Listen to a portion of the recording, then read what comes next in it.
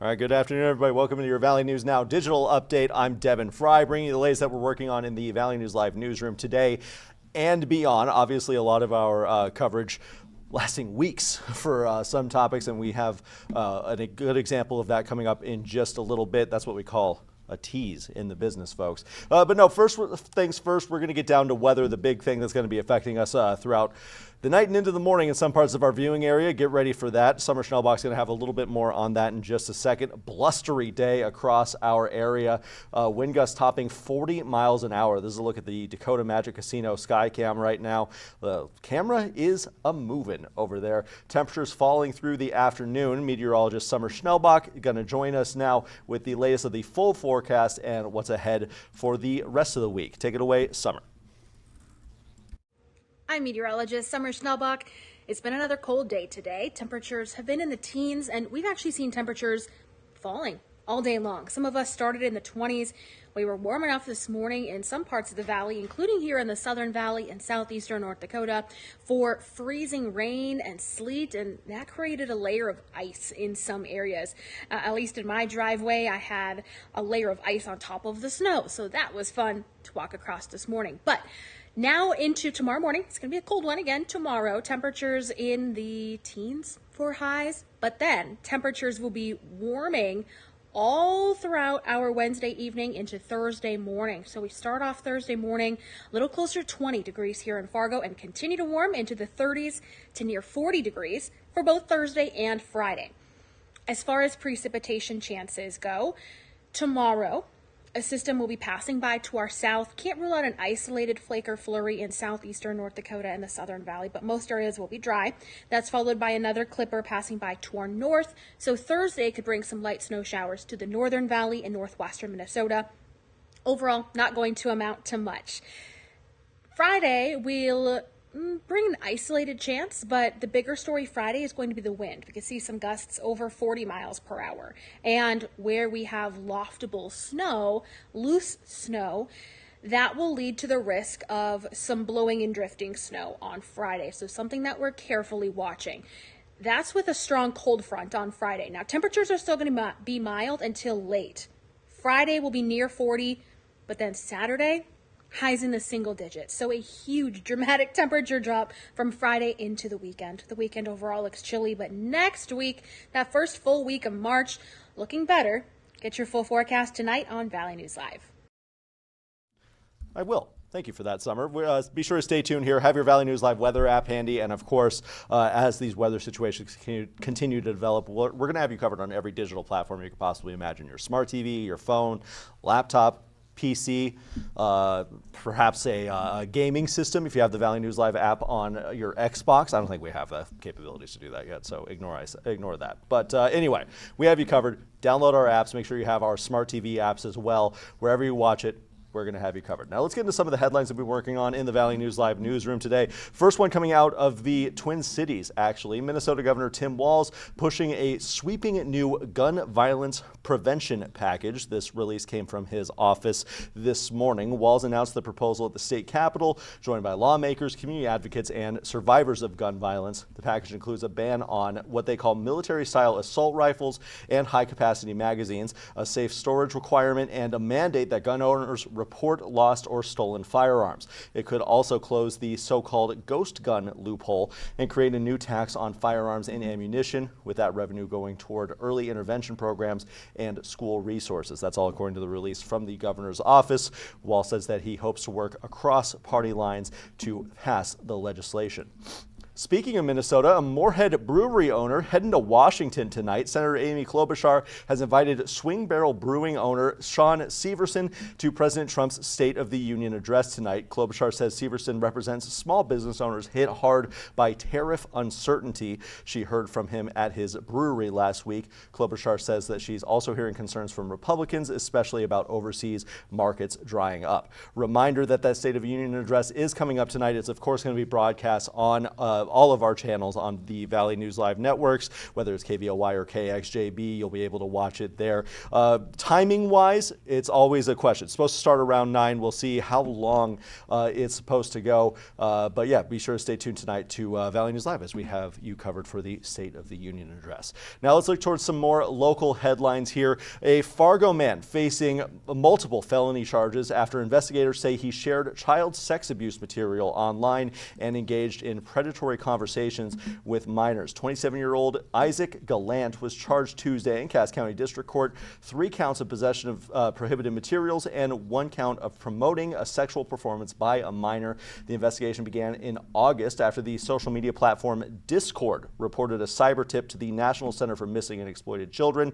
Investigators traced the account to Gallant's address in Fargo. Court documents allege he used another platform to identify and contact minors, soliciting nude images and asking at least one minor to photograph children. Gallant was arrested Monday after a search warrant was executed at his home. He is currently being held at the Cass County Jail. I do want to state for the record, we have reached out for a mugshot from the Cass County Jail for Gallant. They did not have one available at this time. As soon as we have that available, it will be posted, just like all of our crime stories. So be sure to stay tuned there. Going over to Minnesota now for another court filing. A Cass Lake woman is facing felony charges after allegedly spitting at a deputy during an arrest. Spitting on a deputy, I should say. Court documents say 40-year-old Leah Jacobs was being removed from a residence on February 20th when she fled from the deputy, resisted arrest, and spit on him, hitting him in the cheek. Jacobs is charged with 4th-degree assault for transferring bodily fluids onto an officer and obstructing the legal process. Some big news for our sports fans out there, particularly our Bison football fans as they get ready for their first year at the FBS level. Bison now know who they'll be facing in conference action. They don't know the dates or times for these matchups yet, but they do know their conference opponents. North Dakota State will host Wyoming in the Fargo Dome this year. Big potential rivalry matchup there. Nevada, Northern Illinois, and UTEP will also be playing here in Fargo. North Dakota State will be traveling to Hawaii, Air Force, New Mexico, and UNLV. Dates and kickoff times, like I mentioned, have not been announced at this time. Bison are still working to fill out their non-conference schedule for their first year at the FBS level. But now, Bison fans, you get to book a ticket to Honolulu and Las Vegas this year to watch conference games. It's kind of fun. I know there's been some discussion about whether or not to jump up to the FBS level or not, but that makes it kind of cool. Moving on to our digital exclusive for the night, a big story that our Harrison Prey has been working on today, the murder case against Joshua Haidt for the death of Isadora Wengel. It has a little bit of an interesting note to it in just the fact that we haven't recovered, or I should say officials have not recovered a body at this time. Jessica Bringy talked to Harrison about his story today, speaking with an attorney about just how difficult it is and the different aspects that they have to focus on as they attempt to prosecute this murder case with no body at this time. We have this available for you now. We'll go ahead and get the video going. Devin, we've been closely following the case of Isadora Wengel. As many of you know, the 25-year-old is believed to have been brutally murdered and dismembered. Now, prosecutors are putting together the case to try 21-year-old Joshua Haidt in court, but of course there's no body that we've been made aware of. Her remains, there are searches, Harrison, that have been organized across our area to recover her remains. This Isadora Wengel, they believe a black 27-gallon tote seen here may contain the rest of her remains. But as we process all of that, you're hearing from the lead prosecutor in the case about how they're planning on proceeding in trial. What can you tell us so far? Yeah, so I was able to talk with the chief public defender for the District of Cass County, and he was able to say, there is precedence towards, proving, a suspect guilty of murder even without a body. There's been examples of it in the past, obviously nationally, even here in the state of North Dakota, but it's just having enough circumstantial evidence to prove that there is enough. It doesn't have to be 100% certain, but ultimately having enough of that evidence to prove that the suspect is, guilty.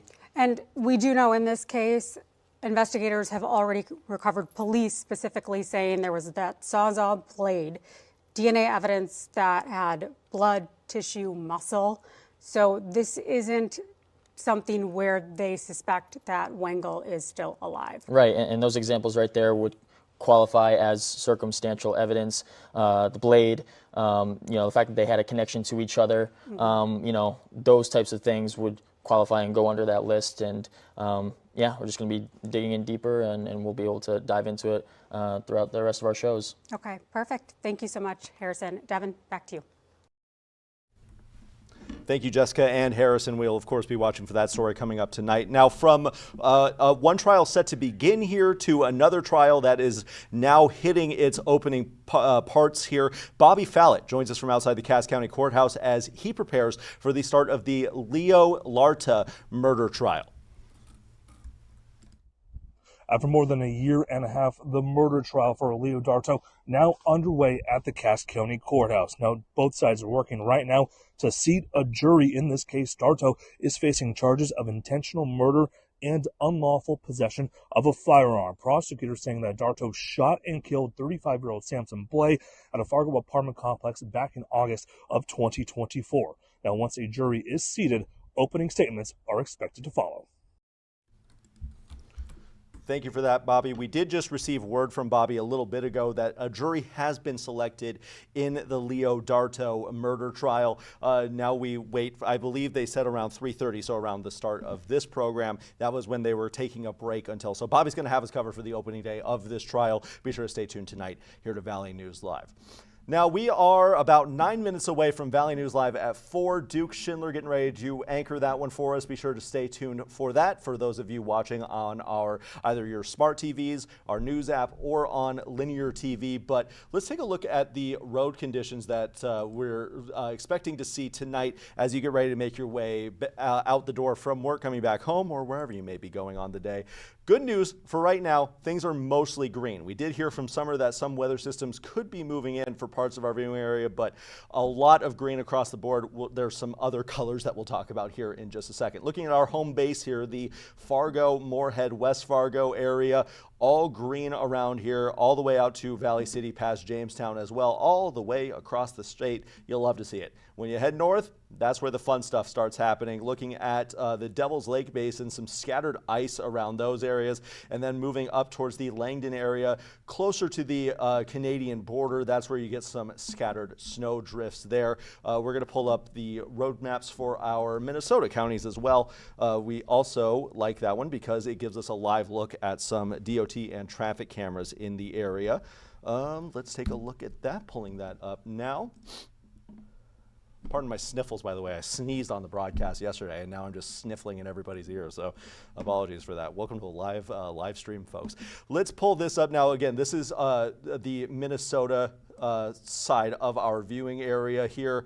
What's looking like mostly clear, but there are some partially covered roads, some completely covered roads here on Highway 75 heading north from around the Moorhead area, so something to watch out for there. Again, like our weather team said, they're expecting some more weather systems to move through some parts of our viewing area, so make sure you have your Valley News Live weather app handy. Let's take a look at Moorhead right now. As you can see, 8th Street looking nice. Now let's go down to I-94. This is where things get a little bit more interesting. You could see the camera's been taking a beating out there on the interstate, but overall the road's looking fine. It's going to be tonight that we need to watch out for and into the morning hours, so make sure when you wake up in the morning, give yourself plenty of extra time as you make your way out the door. Check your Valley News Live weather app before you head out the door as well. Valley News Live at 4 starts in about 7 minutes. Be sure to stay tuned, and we're going to keep you covered here on our digital networks as well. But for now, for your Valley News Now digital update, I'm Devin Fry.